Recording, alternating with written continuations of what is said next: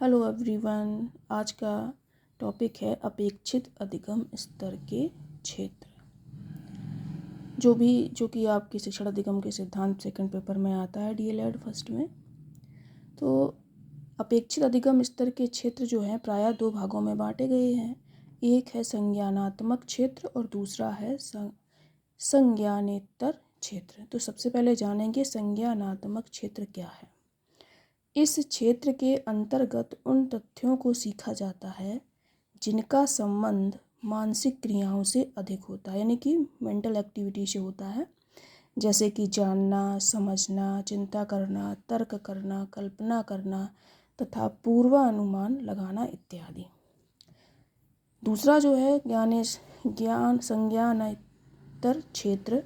इसमें क्या होता है, इस क्षेत्र का संबंध अधिगम के उस भाग से होता है जो भावनात्मक और मनोशारीरिक क्रियाओं से जुड़ा होता है, जैसे कि समयबद्धता, नियमितता, स्वच्छता, श्रमशीलता, सहभागिता, उत्तरदायित्व की भावना, सच्चाई तथा देश प्रेम इत्यादि। तो अगर हम इसमें देखें तो ये जिसमें इस क्षेत्र में वो सारी चीज़ें आई हैं जिनको हम अपना करके एक अच्छे नागरिक बन सकते हैं।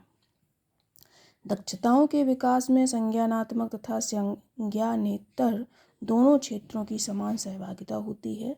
दक्षता आधारित शिक्षण में कक्षा विशेष के लिए निर्धारित दक्षता को विद्यार्थियों में प्रवीणता के स्तर पर विकसित किया जाता है। प्रवीणता से आता है कुशलता, यानी कि किसी भी चीज़ को एक सिखाया जाता है तो बिल्कुल उसमें निपुण हो जाए।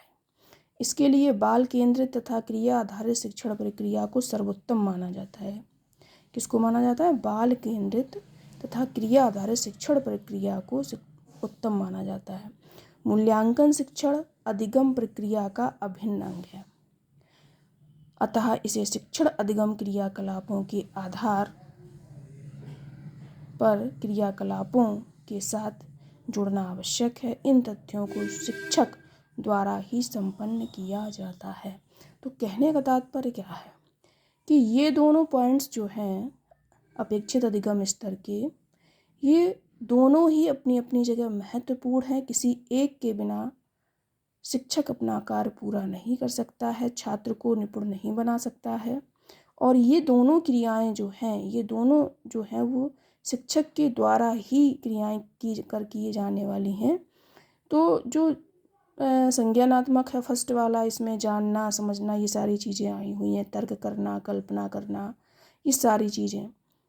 तो इसमें दूसरे में क्या था? स्वच्छता, श्रमशीलता, एक्सेट्रा वगैरह वगैरह। तो इन सारी चीज़ों को हम ध्यान में रखते हुए आगे बढ़ते हैं। अगला जो इसका टॉपिक है, पॉइंट है, वो क्या है कि अपेक्षित अधिगम स्तर की प्राप्ति हेतु प्रयास। कि अगर हमें अपेक्षित अधिगम स्तर की प्राप्ति करनी है तो उसके लिए कैसे प्रयास करने चाहिए। तो अपेक्षित अधिगम स्तर की जो धारणा से लोग सन 1986 में परिचित हुए। कब हुए? 1986 में परिचित हुए, जबकि प्रथम राष्ट्रीय शिक्षा नीति में इसके महत्व को स्वीकार किया गया था।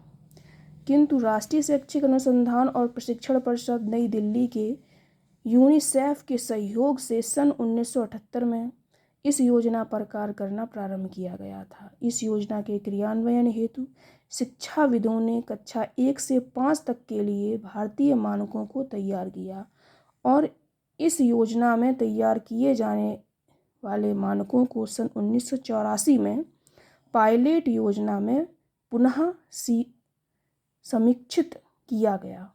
कहने का तात्पर्य क्या है? कक्षा 1 से 5 तक अर्थात प्राइमरी लेवल के जो कक्षाएं थीं उन पर कार्य किया गया, जो 1984 में पायलट योजना में उसका पुनः यानी कि फिर से उस पर काम किया गया। इस योजना रिपोर्ट के आधार पर अपेक्षित अधिगम स्तर नामक राष्ट्रीय पत्र को तैयार किया गया, एक नेशनल लेटर तैयार किया गया, जो कि सन 1986 की नई राष्ट्रीय शिक्षा नीति के द्वारा इस परियोजना को व्यापक स्तर पर क्रियान्वित किया गया। यानी कि 84 में इस पर प्रोसेस शुरू हो गई थी, लेकिन इस पर अच्छे से वर्क नहीं हो रहा था। तो 1986 में जो नई राष्ट्रीय शिक्षा नीति आई, उस के द्वारा तब इस परियोजना पर बड़े ही बृहद रूप से, विशाल रूप से उस पर काम किया गया। भविष्य में इन मानकों को औपचारिक और अनौपचारिक शिक्षा केंद्रों द्वारा समान रूप से अपना लिया गया।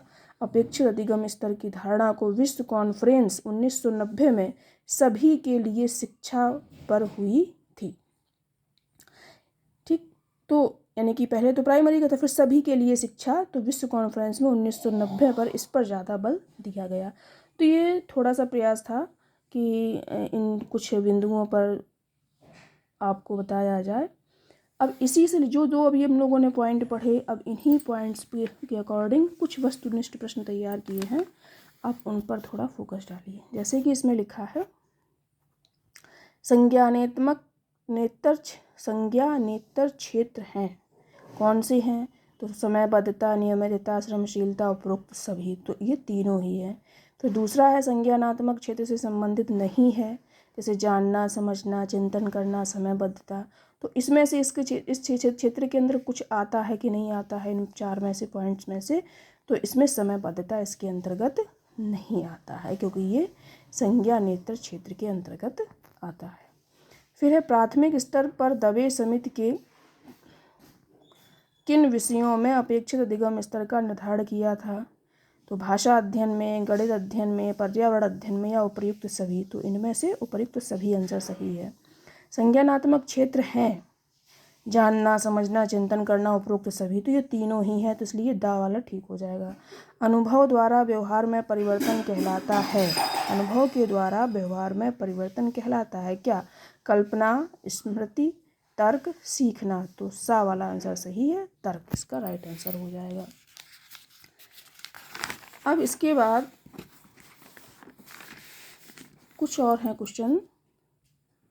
सीखना व्यवहार में उत्तरोत्तर सामंजस्य की प्रक्रिया है, यह कथन है, किसका? राइटर का है, तो स्किनर का है। अपेक्षित अधिगम स्तर के क्षेत्र को भागों में बांटा जा सकता है, तो आंसर इसका दा है। अनुभवों के द्वारा व्यवहार में होने वाला परिवर्तन अधिगम एवं प्रशिक्षण है, यह किसका कथन है? तो यह कथन है गेट्स और एवं अन्य का। फिर इसके बाद है अधिगम के प्रकार इनमें से नहीं हैं, तो दा विविधीकरण इसका नहीं है। सीखने के नियम के मुख्य रूप से कौन और कितने हैं? तो ये दिए गए हैं, प्रभाव का नियम है, तत्परता का नियम है, अभ्यास का नियम है। इस तरह से ये कुछ शॉर्ट आपके क्वेश्चन तैयार किए थे, आप अपने हिसाब से इसको और स्टडी कर लीजिएगा, और स्क्रीनशॉट लेकर के भी आप इसको पढ़ सकते हैं, रख सकते हैं। और अगर आपको पसंद आता है तो आप लाइक कमेंट ज़रूर कीजिएगा और चैनल को सब्सक्राइब कीजिएगा। धन्यवाद।